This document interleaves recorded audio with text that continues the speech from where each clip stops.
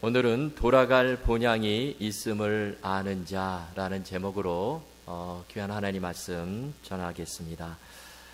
우리가 걸어가는 인생길은 마치 등산을 하는 것과 같죠. 여러분, 등산을 하다 보면 힘들 때가 있습니다. 언덕길이 나올 때 참 힘들죠. 계속해서 언덕길, 산길을 올라가야 합니다. 때로는 숨이 차고 쉬고 싶지만 그래도 그 등산을 해요. 산을 올라가요. 왜 그렇죠? 정상이 있기 때문에 그렇습니다. 정상에 올라가면 거기서 쉬고 야호도 하고 맑은 공기도 마시고 그것을 기대하며 그 힘든 산길을 올라가는 것입니다. 자, 그런데 우리 신앙생활도 마찬가지다, 그런 생각을 해보게 되죠. 우리가 세상 살면서 마치 이 산을 올 때와 같이 숨이 차고 힘든 그런 순간들을 맞이할 때가 있어요. 그럼에도 불구하고 계속해서 참고 견디고 그렇게 인생길을 걸어갈 수 있는 힘은 마치 정상에 올라가서 야호도 하고 맑은 공기 마시고 쉬는 것을 생각하며 산길을 올라가는 것처럼 우리가 바라보는 소망이 있기 때문에 그렇습니다. 자, 오늘 본문은 베드로후서 가운데 들어있는 말씀인데요. 여러분, 이 베드로후서 어떤 배경 가운데 쓰여졌을까요? 이 베드로후서가 기록될 당시에 성도들은 참으로 힘든 삶을 살았습니다. 이때 베드로는요, 로마에 좀 오랫동안 체류하고 있었는데요. 근데 이때가 언제냐면 로마의 그 유명한 아주 악한 왕, 이 네로 황제가요, 기독교인들에게 대박해를 가하고 있었던 그런 시기였습니다. 아주 끔찍한 무서운 박해를 가하고 있었는데요. 베드로가 그 시기에 이 AD 68년경에 순교를 당하게 되죠. 그런데 바로 그 직전 AD 66년에서 67년경에 베드로가 이제 자신의 죽음, 임박한 죽음을 앞두고 이 베드로후서 서신을 기록을 했습니다. 그래서 이 베드로후서를 기록할 당시에 그 상황이 얼마나 심각했는가, 그것을 알 수가 있습니다. 자, 그러면 이런 상황에서 베드로 사도는 오늘 본문을 통해서 당시 초대교회 성도들에게 그리고 우리들에게 어떤 메시지를 주고 계실까요?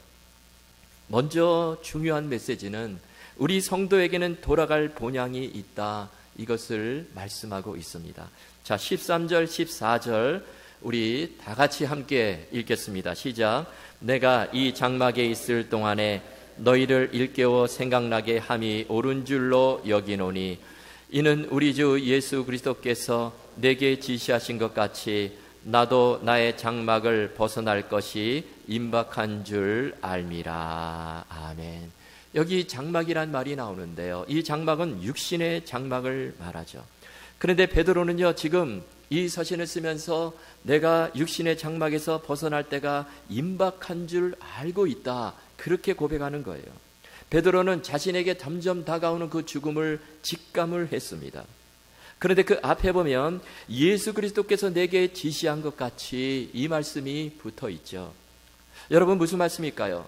이 말씀을 예전에 예수님께서 베드로에게 하신 말씀이 있는데, 그런데 지금 베드로 그 말씀을 떠올리면서 자신의 죽음을 직감하고 이 서신을 쓰고 있는 것입니다. 자, 그렇다면 예전에 예수님께서 베드로에게 무슨 말씀을 하셨을까요? 그 말씀이 요한복음 21장 18절 19절에 나오는데요, 이렇게 주님이 말씀하셨습니다. 내가 진실로 진실로 내게 이르노니 내가 젊어서는 스스로 띠뛰고 원하는 곳으로 다녔거니와 늙어서는 내 팔을 벌리리니 남이 내게 띠띠우고 원하지 아니하는 곳으로 데려가리라. 이 말씀을 하심은 베드로가 어떤 죽음으로 하나님께 영광을 돌릴 것을 가리키심이러라. 자, 이 말씀을 예수님께서 하셨는데요, 무슨 말씀일까요? 장차 베드로가 어떤 죽음을 맞이하게 될 것인가, 그것을 베드로에게 알려주신 것입니다. 즉, 이 말씀은 베드로가 예수님처럼 십자가에 죽을 것이다, 그것을 암시하는 그런 말씀이에요. 그런데 지금 베드로가요, 그 예수 그리스도의 말씀을 생각하면서 지금 내가 육신의 장막에서 벗어날 때가 되었다, 이렇게 말하고 있는 것입니다. 지금 네로 황제의 무서운 대박해가 벌어지고 있는데 그 시기에 베드로는 내가 어떤 죽음을 맞이하게 될 것인가, 그것을 직감하고 있었다는 거예요. 여러분, 이 상태가 되면, 이 정도가 되면 참으로 두렵고 떨리겠죠. 과거에 예수님께서도 베드로야, 네가 지금 남이 원하지 않은 곳으로 너를 데리고 가고, 그리고 네가 지금 이런 내 팔을 벌리리니 내가 원하지 않은 지금 죽음을 당할 것이다. 그런 말씀을 예수님께서 들려주셨고요. 지금 또 네로 황제가 기독교인들을 아주 무서운 박해를 가하고 있는데요. 그런데 그런 상황 속에서도 베드로는 이 베드로후서를 기록하면서, 우리가 이 베드로후서를 계속 읽어보면요, 그 안에 베드로는 절대로 낙심하거나 절망하거나 두려워하는 모습을 찾아볼 수가 없다는 거예요. 지금 자신의 죽음이 임박한 줄 알면서도 전혀 두려워하지 않습니다. 그 베드로 전후서 통틀어 살펴봐도 어디에도 그런 모습은 찾아볼 수가 없어요. 자, 그렇다면 이렇게 할 수 있었던 그 원인이 무엇일까요? 자, 그것은 한마디로 말씀드리면, 이 베드로후서를 계속 읽어보면 베드로 사도는 내 삶을 마친 후에 내게 돌아갈 본향이 있다, 그것을 알았기 때문입니다. 영원한 본향이 나를 위해 기다리고 있다. 지금 그 환난과 박해 상황 속에서도 영원한 하나님 나라 그 본향 천국이 나를 기다리고 있다, 그 사실을 알았기에 지금 힘든 삶 고난 가운데 있어도 이것은 잠시 잠깐이고, 이것을 잘 견디게 되면 영원한 하나님 나라가 나를 기다리고 내가 그 나라에 들어간다, 이것을 생각하고 두려워하지 않고 소망을 가지고 끝까지 사도의 직분을 감당할 수 있었던 것이죠. 그래서 베드로후서 3장 12절 13절에 보면 베드로가 이렇게 고백을 합니다. 하나님의 날이 임하기를 바라보고 간절히 사모하라. 그날에 하늘이 불에 타서 풀어지고 물질이 뜨거운 불에 녹아지려니와 우리는 그의 약속대로 의의가 있는 곳인 새하늘과 새 땅을 바라보도다. 여기 보니까 하나님의 날을 간절히 사모하라, 이렇게 말씀하고 있죠. 그 마지막 날, 하나님께서 이 세상을 심판하시는 날, 이 세상 끝날을 간절히 사모하라 그러면서 내가 새하늘과 새 땅을 바라본다, 바로 하나님 나라 천국을 바라본다, 이렇게 고백하고 있는 것이죠. 베드로가 이렇게 하나님 나라를 간절히 사모하고 바라보며 살았더니 바로 그 모든 두려움, 그 고난의 상황을 이기고 소망을 가지고 끝까지 주님의 사명 감당할 수 있었다라는 것입니다. 여러분, 우리 사람은요, 누구나 다 죽죠. 다 육신의 종말을 맞게 되어 있습니다. 한 사람도 예외가 없어요. 그런데 그 죽음 앞에 선 사람들은 두 종류의 사람으로 나누어지게 됩니다. 그것은 내가 돌아갈 본향이 있는가 아니면 없는가, 그 두 종류의 사람으로 나누어져요. 제가 여러분께 질문을 한 가지 드리겠습니다. 여러분은 내가 돌아갈 그 영원한 본향이 내게 있다고 믿으십니까? 예. 내가 그 본향에 들어갈 줄을 믿으십니까? 예. 이것이 너무나 중요한 거예요. 사실 우리가 이것 때문에 예수를 믿는 거죠. 우리가 지금 교회 나오고 신앙생활 하는데요, 여기에 대한 분명한 대답을 갖지 못한다면 그것만큼 사실 비참한 것이 없습니다. 20세기의 프랑스의 지성의 상징이라고 할 수 있는 실존주의 철학자 사르트르가 있었는데요. 이분이 1980년 3월에 프랑스 파리의 부르세 병원에 이 폐수종병으로 입원을 하게 되었습니다. 그리고 입원한 지 한 달 만에 회복을 하지 못하고 임종을 맞게 되는데요. 그런데 이 사르트르가요, 병원에 입원해서 죽음이 점점 자기에게 다가오자 그가 보인 그 태도는요, 평소에 그가 보인 태도와 완전히 달랐다라는 거예요. 평소에 그는 죽음 앞에서 이 자유를 외치며 얼마나 평화로운 모습으로 자신만만하게 그렇게 살았는지 몰라요. 그런데 죽음이 점점 다가오자 그는 그 죽음 앞에서 무력한 모습을 보입니다. 너무나 죽음이 두려워가지고 소리를 지르고 문병을 온 사람들에게 고통스러운 절규를 쏟아내는 거예요. 그의 아내와 가족들이 아무리 위로를 해도 소용이 없습니다. 그러다 결국에 입원한 지 한 달 만에 세상을 떠나게 되었는데요. 그러자 프랑스 신문들이요, 사르트르가 왜 그렇게 죽어야만 했을까? 죽음으로부터 그렇게 자유를 외쳤던 그가 왜 이렇게 비참하게 두려워하며 생을 마감했는가? 그러면서 막 떠들기 시작했어요.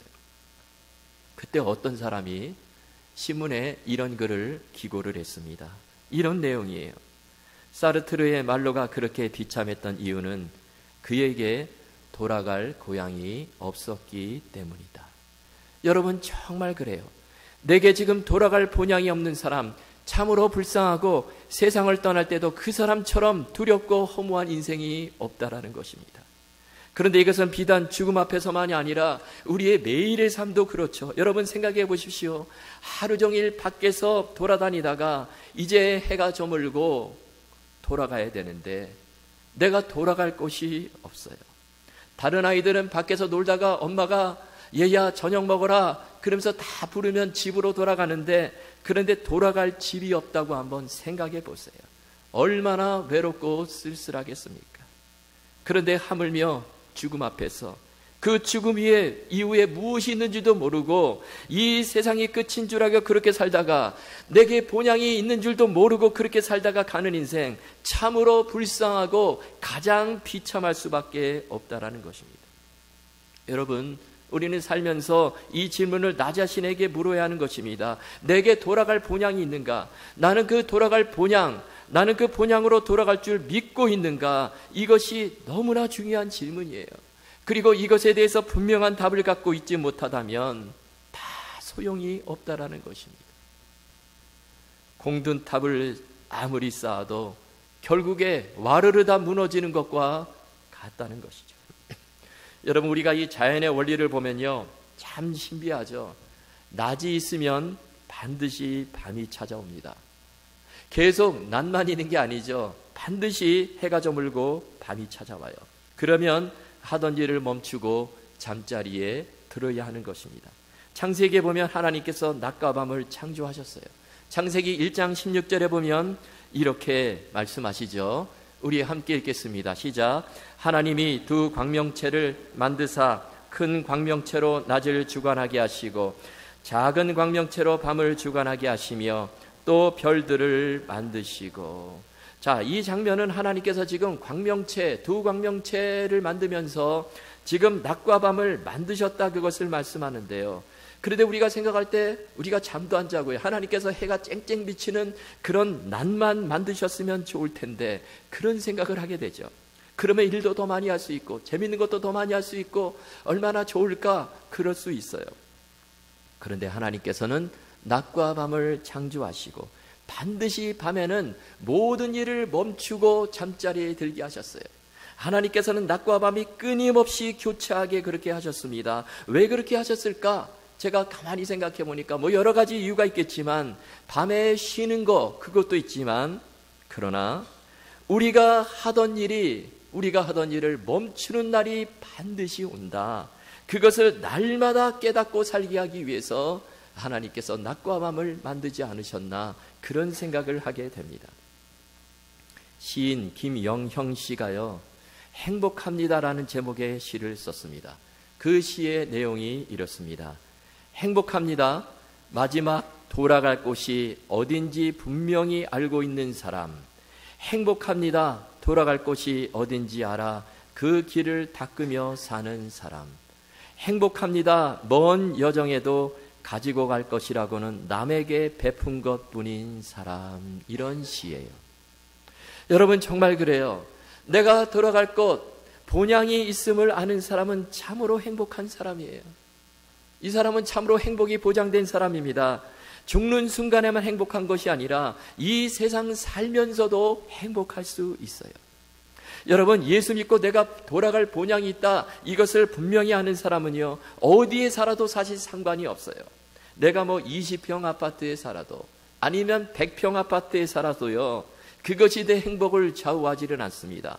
그것은 잠시 거쳐가는 과정이기에 정말 영원한 하나님 나라 본향이 기다리고 있는데 그것은 전혀 행복에 상관이 없다라는 거예요. 초막에 거하든지 궁궐에 거하든지 어디에 있든지 그것이 전혀 문제가 되지 않다라는 것입니다. 제가 예전에 한국에서 군 생활할 때요, 마지막 1년 반 저 경상남도 진해에서 거기서 군 생활을 했습니다. 그때 낮에는 해군 작전사령부에 출근을 하고요, 저녁에는 이 BOQ라는 장교 숙소에서 머물고 있었어요. 그런데 제가 처음에 배정받은 이 숙소가요, 너무 좋은 거예요. 새 건물입니다. 뭐 겨울에는요 난방도 아주 그냥 팔팔 팡팡 잘 나오고요. 너무나 시설이 최신식 시설 그런 숙소에 머물렀어요. 그러다가 나중에 숙소를 옮기게 되었는데요. 그런데 나중에 옮긴 숙소는요 아주 허름하더라고요. 벽돌이 다 보이고요. 그리고 난방도 제대로 나오질 않습니다. 낡은 건물이에요. 그런데 제가 그곳에 살면서 전혀 문제가 되지를 않아요. 왜 그러냐면 뭐 어차피 조금만 참으면은 제대할 텐데 그런 생각에 이곳이면 어떻고 저곳이면 어떨까 그러면서 제가 잘 지냈습니다. 그것이 제 행복에 전혀 영향을 미치지를 않았습니다. 그런데 우리 신앙생활도 마찬가지예요. 여러분 돌아갈 본향이 있는 사람, 그 본향에 내가 들어갈 것을 믿는 사람은 이 세상에서 무엇을 누리며 사는가 그것이 그리 중요하지 않다라는 것입니다. 여러분 초대교회 성도들이 바로 이 믿음을 살아가는 것이죠. 이 믿음 갖고 살아가는 것입니다. 그래서 그 심한 고난 가운데서도 그저 기뻐하며 마라나타 정말 주님을 기다리며 그 영원한 본향을 생각하며 그렇게 사는 거예요. 여러분 뿐만 아니라 내가 들어갈 본향이 있음을 아는 사람은 시험이 오고 고난이 와도 능히 이겨나간다는 것입니다. 고난도 잠시 당하는 것으로 여기고 참고 인내합니다. 그래서 베드로전서 4장 12절 13절까지 보면 베드로 사도가 이렇게 말씀하고 있습니다. 우리 함께 읽겠습니다. 시작. 사랑하는 자들아 너희를 연단하려고 오는 불시험을 이상한 일 당하는 것 같이 이상히 여기지 말고 오히려 너희가 그리스도의 고난에 참여하는 것으로 즐거워하라. 이는 그의 영광을 나타낼 때에 너희로 즐거워하고 기뻐하게 하려 함이라. 아멘. 여기 보니까 베드로가요 너희를 연단하려고 오는 불시험을 이상히 여기지 말래요. 그냥 시험이 아니에요. 불시험입니다. 그런데 그것을 이상히 여기지 말라 말씀합니다. 또 그리스도의 고난에 참여하는 것으로 기뻐하라고 말씀하고 있어요. 그 이유가 뭘까요? 그의 영광을 나타내실 때에 너희로 즐거워하고 기뻐하게 함이라. 이 말씀을 장차 다가올 그 하나님 나라에서 누리게 될 그 영광을 바라보며 오히려 즐거워하고 기뻐하라 말씀하는 것입니다. 베드로 전후서를 계속해서 읽어보면요 한 가지 관통하는 그 사상이 나와요. 그것이 뭐냐면 바로 하나님 나라 천국을 베드로 사도는 그 초대교회 성도들에게 강조하고 있는 것입니다. 그 나라를 사모하고 그 나라가 우리를 위해 준비되어 있음을 기억하고 그 나라를 위해 일하고 그 나라를 바라보며 즐거워하고 기뻐하라 말씀하는 것이죠. 그리고 오늘 본문에 또 보면 베드로 사도는요 계속해서 지금 그 말씀을 이어가고 있습니다. 베드로후서 1장 16절에서 18절까지 말씀을 보십시오. 거기 보시면 먼저 16절입니다. 우리 주 예수 그리스도의 능력과 강림하심을 너희에게 알게 한 것이 교묘히 만든 이야기를 따른 것이 아니요 우리는 그의 크신 위엄을 친히 본 자라. 이게 무슨 말일까요? 여기 우리는 그의 위엄을 친히 본 자라 이렇게 말씀하는데요. 여기 우리라는 말은 베드로, 야고보, 요한 이 세 제자예요. 이 말씀은 예전에 그들이 변화산에서 변형이 되신 예수님을 보았다라는 것입니다. 그것을 지금 베드로가 고백하는 것이죠. 또 17절 18절에 보면 이렇게 말씀합니다. 지극히 큰 영광 중에서 이러한 소리가 그에게 나기를 이는 내 사랑하는 아들이요 내 기뻐하는 자라 하실 때에 그가 하나님 아버지께 존귀와 영광을 받으셨느니라. 이 소리는 우리가 그와 함께 거룩한 산에 있을 때에 하늘로부터 난 것을 들은 것이라. 무슨 말씀입니까? 끝에 보면 거룩한 산에 있을 때에 이 말이 나오는데 바로 예수님께서 베드로, 야고보, 요한 세 제자를 데리시고 높은 산에 올라가셔서 그들 앞에서 예수님께서 변형이 되십니다. 그 옷이 눈과 같이 혀지고요. 그리고 엘리야와 모세와 함께 이야기를 나누세요.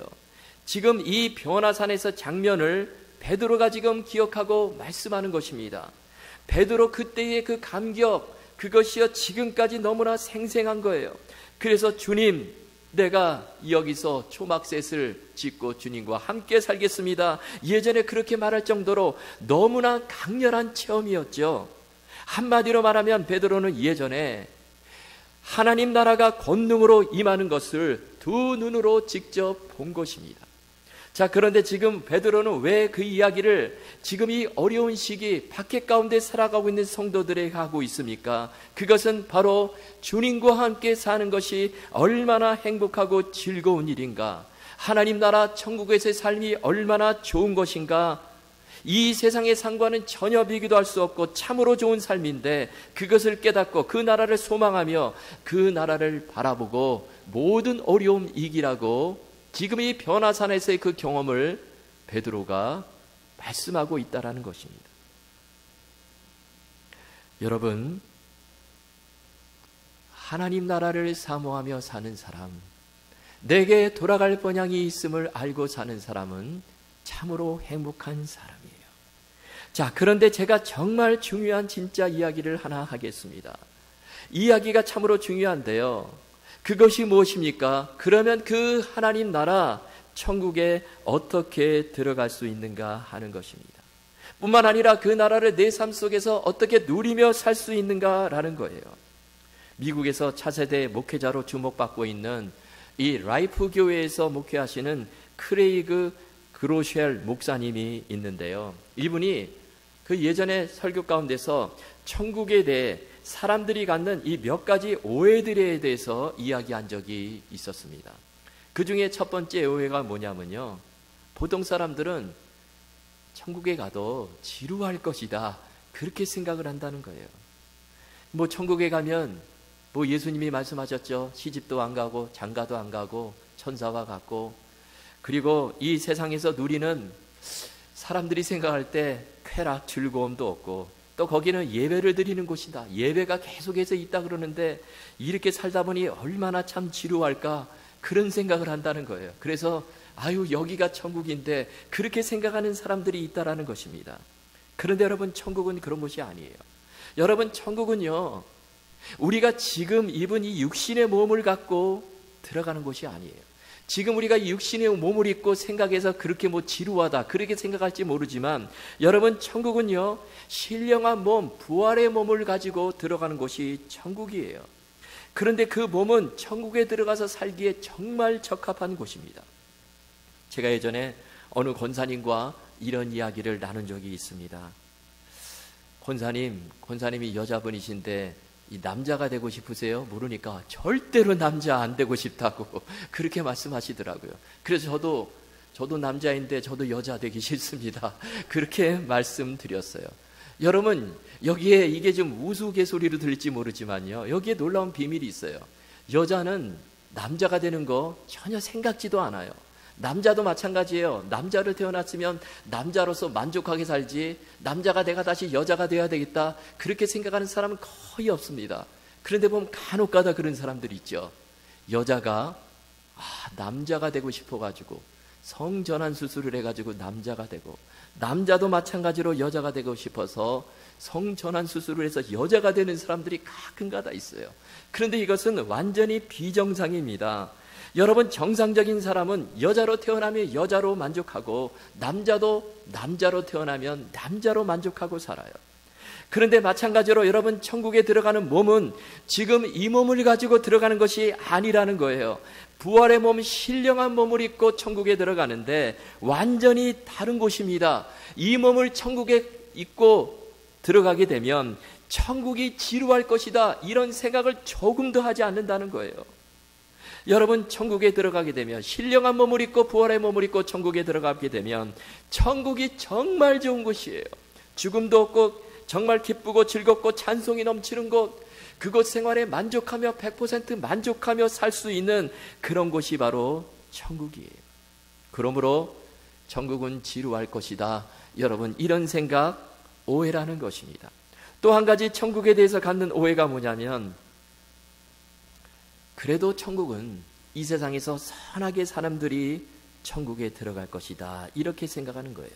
사람들이 자꾸 본능적으로 그렇게 생각을 합니다. 우리도 좀 그럴 때 그렇게 생각할 때가 있죠. 그래가지고요, 어떻게든 착하게 살려고 노력을 해요. 물론 우리가 착하고 선하게 살아야 되겠죠. 우리가 선행을 많이 해야 됩니다. 그런데 문제는 이 세상에서 아무리 착하고 선하게 살아도 천국에 들어가는 것이 아니라는 것입니다. 여러분, 그러면 누가 천국에 들어갈까요? 선한 사람, 착한 사람이 천국에 들어가는 것이 아니라 오직 예수 그리스도를 믿고 하나님의 은혜로 죄 용서함을 받은 사람들만이 천국에 들어갈 수 있다는 것입니다. 여러분, 이것이 바로 복음이에요. 그래서 요한복음 14장 6절에서 예수님께서 이렇게 말씀하시죠. 예수께서 이르시되 내가 곧 길이요 진리요 생명이니 나로 말미암지 않고는 아버지께로 올 자가 없느니라. 이 말씀은 바로 우리의 구원자, 우리의 생명이 되시는 예수 그리스도께서 친히 하신 말씀이에요. 나로 말미암지 않고는 아버지께로 올 자가 없느니라. 여러분, 우리가 구원을 얻는 것, 우리가 하나님 나라에 들어가는 것은 아무리 선하고 이 세상에 착하게 살아도 들어가는 것이 아니라 우리에게 절대적으로 예수 그리스도가 필요하다라는 것입니다. 제가 아까 본문에서 베드로가요, 그 베나산에서 그 경험, 과거의 경험이 너무나 강렬해서 그것을 초대교회 성도들과 함께 나누었다 말씀드렸는데요. 이 변화산상에서의 그 예수님이 변형된 그 기사가 마태, 마가, 누가복음에 다 등장을 합니다. 자, 그런데 마태는 이 마태복음 17장에서 이 변화산의 장면을 생생하게 기록을 하고요, 그 놀라운 장면 끝에 어떻게 그 이야기를 마무리하고 있을까요? 마태복음 17장 8절에 보면 이렇게 마무리를 하고 있습니다. 제자들이 눈을 들고 보매 오직 예수 외에는 아무도 보이지 않더라. 여러분, 그 변화산에서의 그 경험, 참으로 황홀한 경험이죠. 베드로가 정말 거기서 하나님 나라가 권능으로 임하는 것을 보았습니다. 그런데 마태는 그 결론, 그 마지막 말씀을 무엇으로 맺고 있습니까? 오직 예수 외에는 아무도 보이지 않더라. 이렇게 끝을 맺고 있어요. 여러분, 이 말씀의 의미는 천국은, 하나님 나라는 이 세상에서 오직 예수만 보이는 사람이 들어간다라는 거예요. 다시 말하면 예수님을 최고로 여기는 사람, 이 세상 그 무엇것도 중요하게 여기지 않고 오직 예수님만을 가장 귀하게 여기는 사람, 주님을 최고로 사랑하며 주님 말씀에 순종하는 사람이 들어간다라는 것입니다. 정말 주님 말씀하신 것처럼 예수님만이 나의 길이요 진리요 생명 되심을 믿음으로 고백할 수 있는 사람이 들어갈 수 있다는 거예요. 뿐만 아니라 오직 예수님만 보이고 그 예수님으로 내 마음이 가득 찬 사람이 그 놀라운 천국을 이 땅에서도 누릴 수 있다는 것입니다. 여러분, 우리가 이 세상 살면서 왜 하나님 나라를 체험할 수 없을까? 왜 천국을 누리지 못할까요? 그것은 예수님이 보이지 않기 때문에 그래요. 예수님보다 내 남편이 더 잘 보이고 내 아내가 더 잘 보이고 내 가족이, 내 자녀가 더 눈에 들어오기 때문에 그렇습니다. 그런데 마태가 마지막에 기록한 그 말씀, 오직 예수 외에는 아무도 보이지 않더라. 우리가 이 믿음의 고백을 할 수 있다면, 내게 그 체험이 있다면 우리 주님께서 우리에게 이 땅에서 그 놀라운 천국을 누리며 살도록 도와주실 것입니다. 예수님께서 산상수훈에서 이런 말씀을 하셨죠. 마음이 가난한 자는 복이 있나니 천국이 저희 것이며. 여러분, 누가 천국의 복을 누릴 수 있다 말씀하고 있습니까? 마음이 가난한 자예요. 다시 말씀드리면 마음을 비운 자, 그 마음에 예수님으로 가득 찬 자, 오직 예수만이 보이는 자, 그 사람에게 천국을 주신다라는 거예요. 그러므로 여러분, 우리가 세상 살면서 정말 예수님만 바라볼 수 있기를 바랍니다. 주님만이 가장 크게 보일 수 있기를 바랍니다. 주님만이 내 삶의 전부요, 내 모든 것이 다 주님께 있습니다. 주님밖에 보이질 않습니다. 주님만이 내 삶의 전부입니다. 우리가 이렇게 고백하며 살아갈 때 우리가 하나님 나라에 들어가고 이 땅에서도 천국을 누리게 될 것입니다. 여러분, 오늘 이 말씀 붙잡으시고요, 이 놀라운 천국의 은혜, 그 천국의 삶을 우리 모두 이 땅에서 누리며 그렇게 사시는 축복이 있기를 주님의 이름으로 축원합니다.